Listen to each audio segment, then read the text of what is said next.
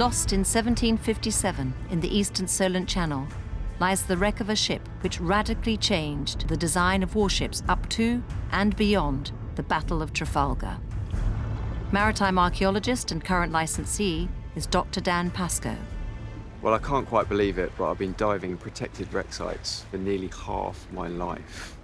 I've been a licensee for, I think, 13 years now. I just love it. It's my job, and it's what I do for my hobby.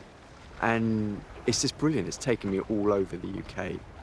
But my favourite has to be on the south coast, in the Solent, where HMS Invincible lies on Horsetail Side. So much of it survives. It's probably the best preserved mid-18th century warship in the UK. It's preserved from the stern to the bow, from gun deck down to the floor ship on the port side. And then the starboard side, that survives too, but in 4 huge chunks that have broken away from the port side and lie separated just to the north. But if you were to piece it all together, nearly 75% of the ship survives.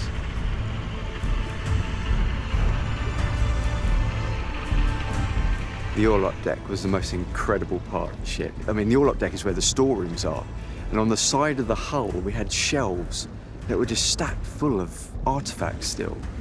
We think we found the bosun's storeroom because it had all sorts from equipment that was used for kind of just keeping the ship clean. So bosun brushes, like a witch's broom.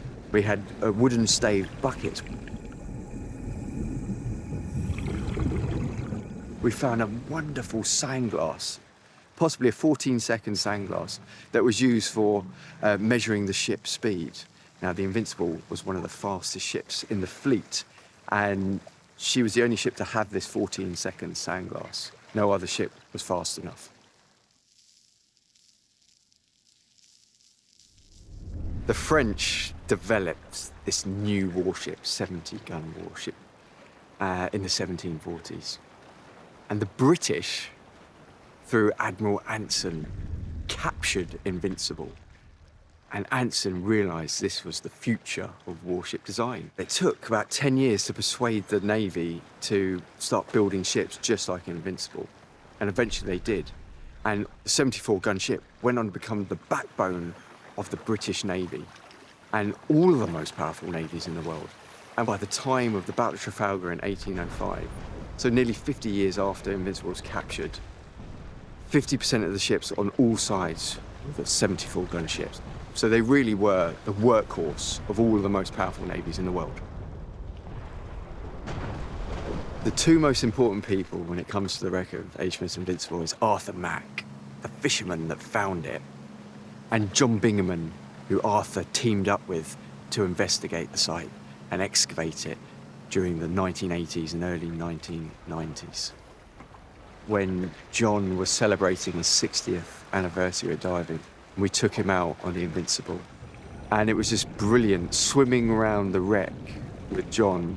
We came across this area that had just uncovered, and there was like staves of barrels and planks just sort of coming out of the sand in really good condition. And we were both in there trying to just carefully hand fan to see what else was there. And you could just see the excitement in his eyes. It was very important that I continued the work that John did, but also Arthur Mack. And I really wanted his blessing to carry on working on the site, because I knew it meant so much to him and his team. So they were doing these amazing things, not only diving it, but showing off the artifacts. And how can that not inspire anyone? That's exactly what I wanted to do. And I just wanted to carry on their amazing work.